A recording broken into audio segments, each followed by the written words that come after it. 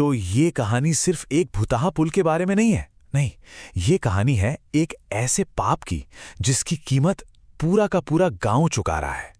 आज हम एक ऐसे खौफनाक राज की परतों को खोलेंगे जो एक बहुत ही मुश्किल सवाल पर आकर खत्म होता है। बस ये एक लाइन सोचिए। उस रात की वीरान से सन्नाटे में एक अजीब सी हंसी गूंजने लगी। यही वो खौफ था जिसने राजारामपुर गांव के हर इंसान को जकड़ रखा था। ये वो आवाज थी, उस आतंक की आवाज जो गांव के नए नवेले पुल से आती थी। एक ऐसा पुल जिसे पार करने की हिम्मत कोई सोच भी नहीं सकता था। तो चलिए बात करते हैं राजारामपुर के इस श्राप की। समझते हैं कि आखिर गांव में ये कैसा अजीब सा माहौल था कि तरक्की की निशानी एक नया पुल तो बना खड़ा है, पर उस पर कोई कदम भी नहीं रखना चाहता। तो मामला ये था, गांव को जोड़ने के लिए एक बढ़िया मॉडर्न पत्थर का पुल बनाया गया।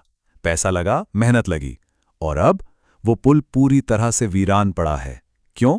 क्योंकि कहते हैं कि उस पर एक चुड़ैल का साया है, एक ऐसी आत्मा जो बदला लेना चाहती है। और नतीजा ये कि जो भी उस पुल को पार करने की कोशिश करता है वो मारा जाता है। सोचिए कितनी अजीब और डरावनी बात है ये। आपके पास मॉडर्न तरक्की है, लेकिन उस पर एक पुराने जानलेवा डर का कब्जा है। वो पुल तरक्की का नहीं, मौत का दरवाजा बन गया था। अब इस पूरे खौफनाक माहौल में एंट्री होती है दो अजनबियों की, जो इस राज से पर्दा उठाने वाले हैं। ये हैं विक्रम और राधिका। विक्रम एक इंजीनियर है और राधिका उसकी पत्नी। और सबसे जरूरी बात, उन्हें गांव के इस काले सच के बारे में कुछ भी नहीं पता। तो विक्रम और राधिका, जो कहानी के हमारे मेन कैरेक्टर्स हैं, वो पहली बार अपने पुश्तैनी गांव राजारामपुर पहुंचते हैं। और गांव पहुंचते ही राधिका के दिमाग में पहला सवाल आता है, अरे जब सामने इतना बड़ा पुल साफ साफ दिख रहा है तो हम लोग ये नाव में बैठकर नदी क्यों पार कर रहे हैं? और बस यहीं से शक का बीज पड़ जाता है। और फिर राधिका का डर धीरे धीरे बढ़ने लगता है। पहले तो विक्रम उसे साफ साफ चेतावनी देता है कि उस शापित पुल के बारे में कभी बात मत करना। फिर उसे भयानक सपने आने लगते हैं।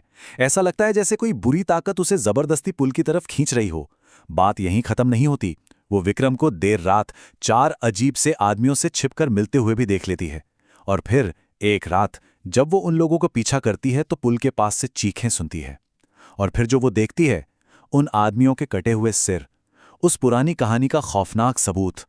हर एक घटना उसे इस राज के और करीब खींच रही थी।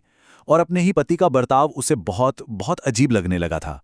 जब हालात बहुत ज्यादा बिगड़ जाते हैं तो विक्रम गर्भवती राधिका के साथ गांव से भागने की कोशिश करता है, लेकिन तभी वो अलौकिक शक्ति, वो आत्मा सीधे सीधे सामने आ जाती है। नदी में अचानक एक भयंकर तूफान आ जाता है और वो लोग वहीं फंस जाते हैं।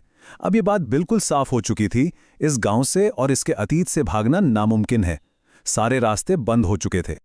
और अब कहानी अपने सबसे सबसे खौफनाक मोड़ पर पहुंचती है। वो आत्मा उनके नवजात बच्चे को उठा ले जाती है। और इसी घटना के साथ खुलता है विक्रम का वो दफन किया हुआ पाप, वो राज जो इस पूरे श्राप की असली जड़ था। आत्मा राधिका से कहती है, मैंने तुम्हारा क्या बिगाड़ा है?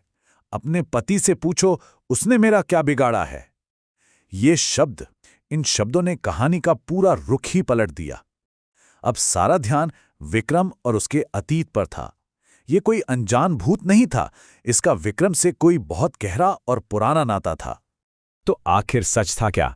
देखिए, 4 साल पहले विक्रम की कंपनी को पुल बनाने का कॉन्ट्रैक्ट मिला था, लेकिन पुल बिना किसी तकनीकी खराबी के 2 साल तक बार बार गिरता रहा।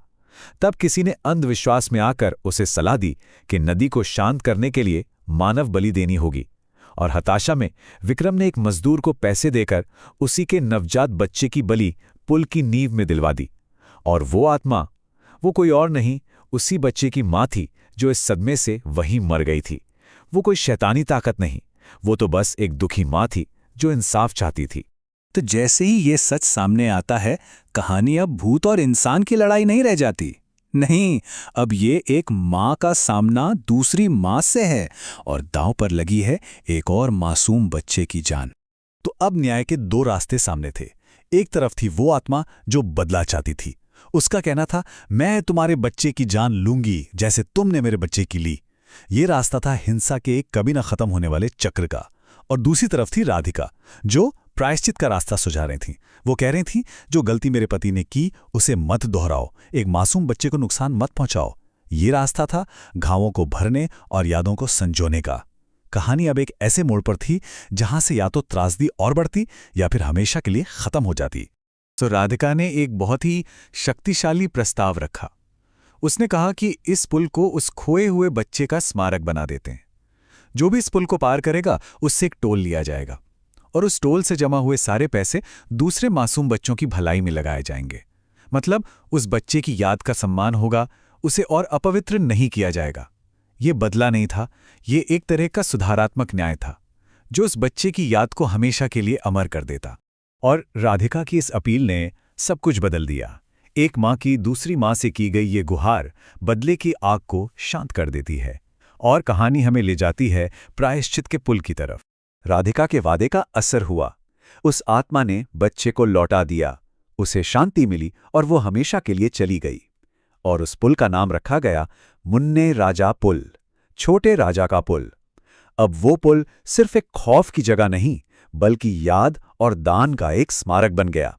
आखिर में वो पुल अपने असली मकसद को पूरा करने लगा, लेकिन अब एक नए और कहीं ज्यादा गहरे मतलब के साथ। लेकिन ये कहानी हमें एक बहुत गहरे सवाल के साथ छोड़ जाती है। क्या वाकई याद में किया गया कोई अच्छा काम पाप की नींव को पूरी तरह से धो सकता है? क्या प्रायश्चित अतीत में हुए गुनाहों को सच में मिटा सकता है? इस पर सोचने की जरूरत है।